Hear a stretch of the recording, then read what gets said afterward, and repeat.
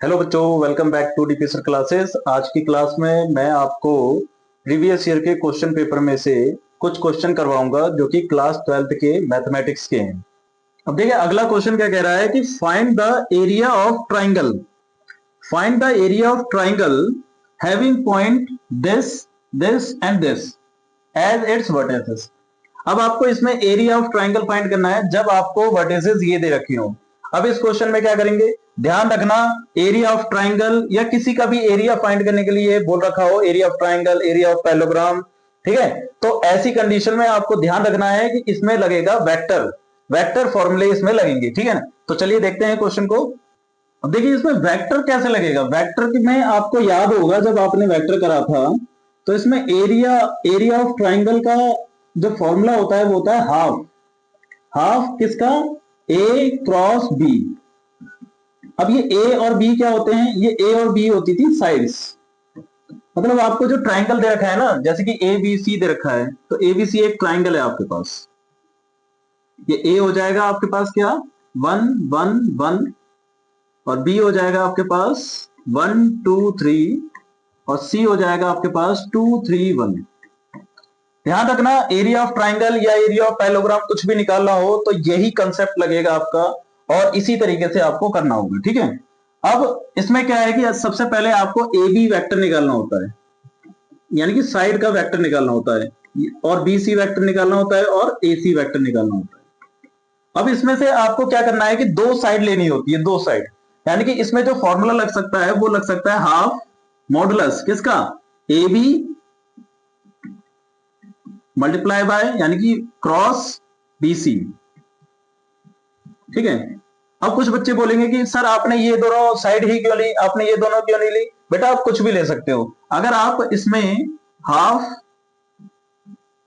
A B cross A C भी करोगे तब भी आपका आंसर आ जाएगा। दोनों से करके दिखाऊंगा मैं, ताकि आपको कोई कंफ्यूजन ही ना रहे कि भाई इससे होगा या नहीं होगा। तो मैं दोनों से करके दिखाऊंगा कि आप जब ट्राइंगल दे रखा हो ना तो ए बी और बी सी कोई दो साइड ले लो, या तो ये दोनों ले लो, या तो ये दोनों ले लो, या तो ये दोनों भी ले सकते हो, आप किसी से भी ले सकते हो। मैं दो करके दिखाता हूं, तीसरा तो आप श्योर हो जाओगे कि ऐसा हो सकता है, ठीक है। अब आपको ए बी और बी सी निकालना है, और ए बी और ए सी निकालना है, तो हम तीनों चीजें निकाल लेते हैं, यानी कि ए बी वैक्टर भी निकाल देते हैं। अच्छा, ए बी वैक्टर क्या होता है? अगर आपको ध्यान हो तो ए बी वैक्टर का फॉर्मूला निकालने के लिए हम फॉर्मूला लगाते थे x2 minus x1 i plus y2 minus y1 j plus z2 minus z1 k, ठीक है। और अगर आपको ध्यान ना रहे ना तो बहुत ही सिंपल सा तरीका है कि अगर ए बी वैक्टर निकालना है ना तो बी वैक्टर में से ए वैक्टर को क्या कर दो, माइनस। उल्टा कर देना कि ए बी वैक्टर निकालने के लिए बी में से ए को क्या कर दोगे, माइनस, तो आपका अपने आप ही फॉर्मूला बन जाएगा। बात समझ आ रही है? तो देखो, जैसे कि बी में से ए को माइनस करना है तो बी में से ए को माइनस करने के लिए क्या करोगे, एक्स वाले को एक्स से माइनस करोगे, तो 1 माइनस 1 आई प्लस 2 माइनस 1 जे प्लस 3 माइनस 1 के। बात समझ आ रही है? ये फॉर्मूला बन गया। अब ये हो जाएगा 0, ये हो जाएगा 1, तो जे हो जाएगा प्लस, ये हो जाएगा 2, तो ये हो जाएगा 2k। तो ए बी वैक्टर तो आपके पास यहां पर आ गया। अब क्या निकालना है आपको, दूसरा B C vector. B C vector के लिए क्या करोगे, सी माइनस बी, तो सी माइनस बी करोगे तो 2 माइनस 1 आई प्लस 3 माइनस 2 जे प्लस 1 माइनस 3k, ठीक है। ये आ जाएगा आपके पास i प्लस जे और माइनस का 2k, ये आ गया आपका सेकंड। इसी प्रकार से आप ए सी वैक्टर भी निकाल लो। ए सी वैक्टर के लिए क्या करोगे, सी माइनस ए, तो सी माइनस ए करना है, तो सी पहला क्या है, 2 माइनस 1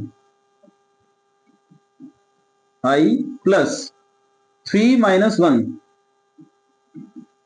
जे प्लस 1 माइनस 1 के। तो ये हो जाएगा आपके पास i प्लस 2j प्लस का 0। तो मतलब सीधी सीधी बात है कि i प्लस 2j ये आपका थर्ड वेक्टर आ जाएगा। अब आपको इसमें एरिया निकालना है, तो एरिया निकालने के लिए देखो मैंने दो फॉर्मूले बता दिए आपको। पहला फॉर्मूला आप लगा रहे हो half A B vector cross B C vector, पहला ये इससे निकाल के दिखाऊंगा मैं। दूसरा half A B vector cross A C vector. मैं आपको ये इसलिए समझा रहा हूं ताकि आप कंफ्यूज बिल्कुल ना रहें कि भाई पेपर में आपको कौन सी दो साइड लेनी है। देखो बच्चा कंफ्यूज रहता है कि टीचर ने तो उसे ए बी और बी सी से करवाया था, अब वो कंफ्यूजन रहता है कि अगर मैं ऐसे करूं क्या पता आए ना आए। तो मैं आपको श्योर कर रहा हूं कि भाई ऐसे भी करोगे और ऐसे भी करोगे, दोनों तरीके से आपका आंसर आएगा, ठीक है ना। तो ध्यान से समझें इसको। अब आपको सबसे पहला टर्म क्या चाहिए, A B cross B C चाहिए। तो A B cross B C निकालो पहले। तो A B cross B C कैसे निकलेगा, देखो इसके लिए हमें क्या करना पड़ता था, डिटरमिनेंट निकालना पड़ता था, ठीक है। आई जे और के। फिर ए बी की टर्म्स क्या है आपके पास, देखो ए बी की टर्म्स क्या है यहाँ पर, ये है आई तो जीरो हो गया, तो आई के नीचे जीरो लिखना, और जे का क्या है वन, और के का क्या है टू, तो कोएफिशिएंट लिख देना बस, ठीक है ना।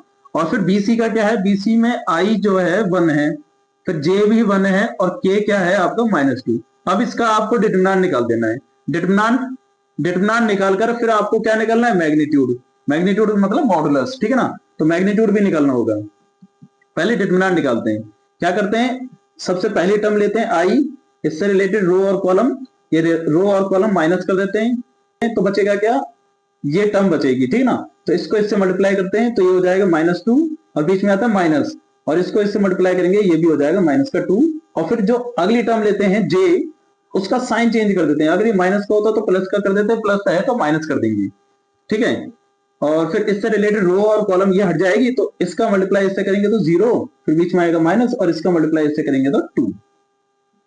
बात समझ में आ रही है, बहुत ही सिंपल सा कंसेप्ट चल रहा है। फिर प्लस के, इससे रिलेटेड रो और कॉलम हटा दो, ये इससे मल्टीप्लाई होगा 0, और ये इससे मल्टीप्लाई होगा, माइनस आ जाएगा बीच में तो 1। तो ये आ गया आपके पास माइनस का 4i, और ये हो जाएगा -2, और माइनस प्लस का 2j, और ये हो जाएगा माइनस का k, ठीक है। अब इसका आपको मैग्नीट्यूड निकालना है, तो इसका मैग्नीट्यूड निकालेंगे, A B cross B C का मैग्नीट्यूड निकालना है भैया आपको। मैग्नीट्यूड का फॉर्मूला क्या होता था, A square plus B square plus C square. तो ए क्या है यहाँ पर -4, 2 का स्क्वायर और -1 का स्क्वायर, तो ये आ जाएगा आपके पास 16 + 4 + 1, तो ये आ जाएगा आपके पास 21, ठीक है। अब फॉर्मूला क्या होता था, एरिया ऑफ ट्राइंगल का half A B cross B C, तो हाफ, अब A B cross B C का मैग्नीट्यूड क्या है 21, तो ये हो जाएगा मल्टीप्लाई में √21, तो आंसर आ जाएगा √21/2 स्क्वायर यूनिट। बात समझ में आ रही है, तो एक आंसर तो इससे आ गया, ठीक है। अब दूसरा मैं करके दिखा रहा हूं, दूसरा भी करके दिखा रहा हूं ताकि आपको कंफ्यूजन ना रहे। अब आपको ए बी क्रॉस ए सी निकालना है, तो सबसे पहले ए बी क्रॉस ए सी निकालते हैं। डिटरमिनेंट निकालेंगे इसका आई जे के। अब ए बी वेक्टर क्या था हमारे पास, इसमें आई 0 था, जे आपका 1 था, और के 2 था। अब ए सी वेक्टर क्या था, ये तो आई 1 है और जे 2 है, और के हमारा यहाँ पर 0 है।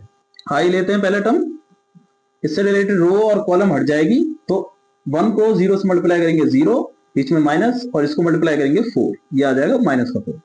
फिर लेंगे आप माइनस का जे, क्योंकि साइन चेंज हो जाएगा, इससे रिलेटेड रो और कॉलम हट जाएगी, तो 0 का मल्टीप्लाई 0 से तो 0, और 1 का मल्टीप्लाई 2 से तो -2, क्योंकि बीच में माइनस आता है। फिर प्लस के, ये रो और कॉलम हट जाएगी, तो 0 का 2 से तो 0, और 1 का 1 से तो -1, इस तरीके से आ जाएगा।